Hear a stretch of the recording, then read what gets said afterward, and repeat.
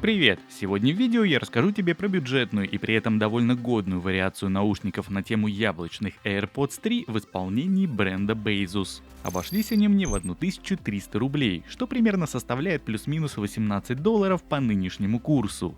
Это была цена по спецкупону продавца, а их обычная стоимость колеблется в районе 25 баксов, что также довольно бюджетно.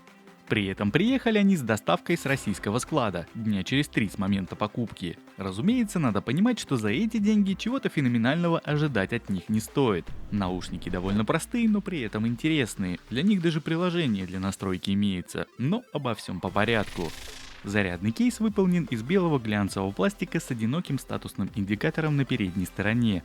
В нижнем торце установлен разъем для зарядки с интерфейсом Type-C, беспроводной катушки в корпусе нет. Сам кейс пузатый, скруглен по всем углам и имеет небольшие габариты. Внутри установлен аккумуляторный блок на 330 мАч. Петля крышки выкрашена под металл, но по ощущениям она пластиковая. Никаких доводчиков и фиксаторов в ней нет. Крышка в открытом состоянии не люфтит, но схлопывается с легкостью. При этом подключение наушников к смартфону происходит по ее открытию. Для первичного сопряжения возможно понадобится активировать наушники встроенной круглой кнопкой, которая находится сзади под петлей. Также с ее помощью можно сделать сброс устройства до заводских настроек.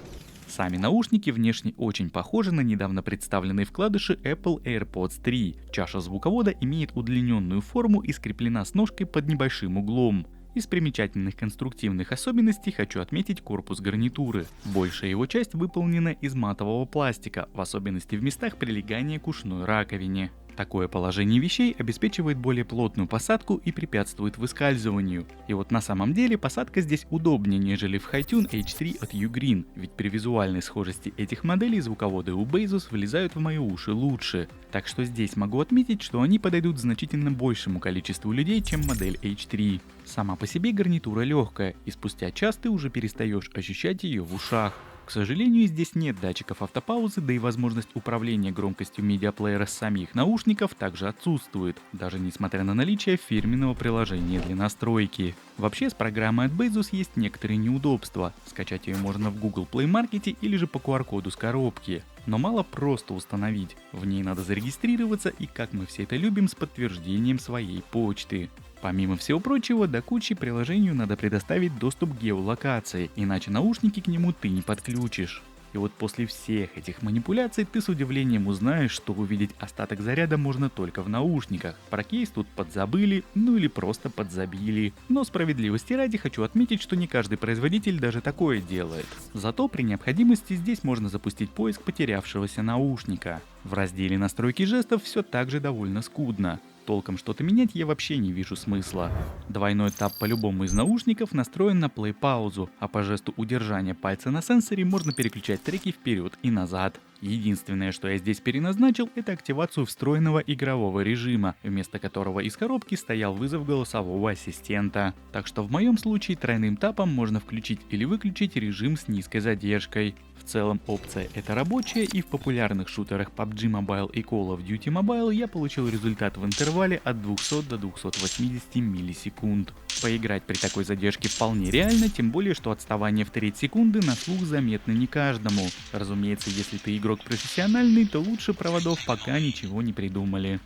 Что же касается непосредственно звучания, то, как я уже неоднократно отмечал, решение с поворотом звуковода дает свои плоды. Ведь при таких раскладах звук попадает точнее в цель, и эти наушники исключением не стали. Для бюджетных вкладышей играют они очень даже неплохо, возможно не сильно громко, но хватает всего. Бас, середина, верха, все здесь в норме и в гармонии, ничего не выпирает и не перемешивается. Приятный звук для повседневного использования. Аудиокниги, подкасты, фоновая музыка или видеоролики – эти наушники просто созданы для всего этого. Звуковая картина не богата на глубину, так что не стоит здесь ожидать многоуровневых среднечастотных красок, главное, что баланс соблюден и звучание мозг не напрягает. Как я уже успел отметить, по громкости запаса маловато, потому как лично мне убавить со 100% звук не хотелось. При этом я не скажу, что наушники тихие, просто я люблю слушать громко. В моем тесте автономности на максималках наушники отыграли 4 часа и 26 минут, после чего одновременно сели. Звучание в них обеспечивают 13-мм динамические драйверы, а его передача происходит посредством двух аудиокодеков на выбор. Это AAC и SBC. За связь со смартфоном отвечает Bluetooth модуль версии 5.0. Да, не новый, но до сих пор актуальный. По крайней мере, с моими смартфонами OnePlus Nord CE и Realme Narza 30 полет отличный. Проблем с потерей связи за все время тестирования я не испытывал. Ну а теперь настало время послушать, как в этих наушниках отрабатывают встроенные микрофоны. Проверяем работу микрофонов в новых наушниках Baseus Bowie E3. Вот таким образом они звучат в закрытой машине. Я сейчас по традиции открываю окна с двух сторон. Мне сюда порывами начинает задувать ветер. Сегодня довольно-таки ветреная погода. Плюс есть шум от дороги от проезжающих мимо машин. Это проспект Мира, очень шумная такая улица, шумная локация. Ну, примерно как-то так отрабатывают шумодалы в этих наушниках при вот таком сценарии использования. Ну и по традиции второй тест с печкой. Я сейчас выкручиваю ее на максимум. Она потихонечку набирает обороты, и уже буквально через 5-6 секунд в салоне будет стоять очень сильный шум. Вот такой вот.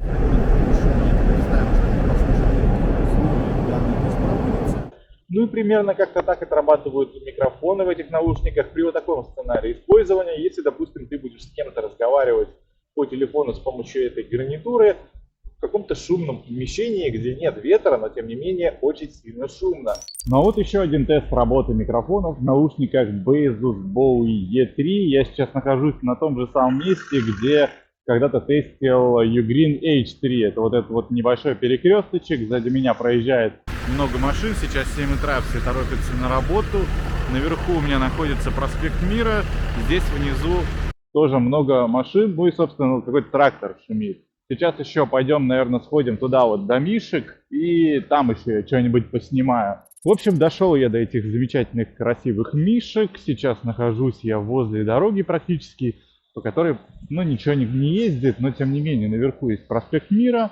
Здесь не так шумно, но при всем при этом можно примерно прикинуть, как тебе будет слушать собеседник при вот таком сценарии использования, если ты будешь находиться на какой-то такой вот тихой улочке. Вот сейчас я даже ветерочек поймал. Шапку, если честно, не очень хочется снимать, потому что сейчас минус 15 за бортом. Ну и подводя сегодня некий итог по данной модели, могу сказать, что несмотря на всю свою внешнюю простоту, наушники от Baseus получились годными. За свой скромный прайс минимальный набор хорошо работающих функций тут имеется, а многим большего и не надо. Если же брать историю с микрофонами, то разумеется пока Ugreen H3 лидирует во всех отношениях. В этом году по данной дисциплине из всех бюджетных вкладышей они показали себя лучше всех. Но также хочу напомнить, что эти наушники от Baseus сидят в ушах намного удобней, а звучат при этом не сильно хуже. В любом случае, надеюсь, информация в моем обзоре была тебе полезна и поможет определиться с выбором. Спасибо за просмотр и до встречи в следующих моих видео. Пока-пока.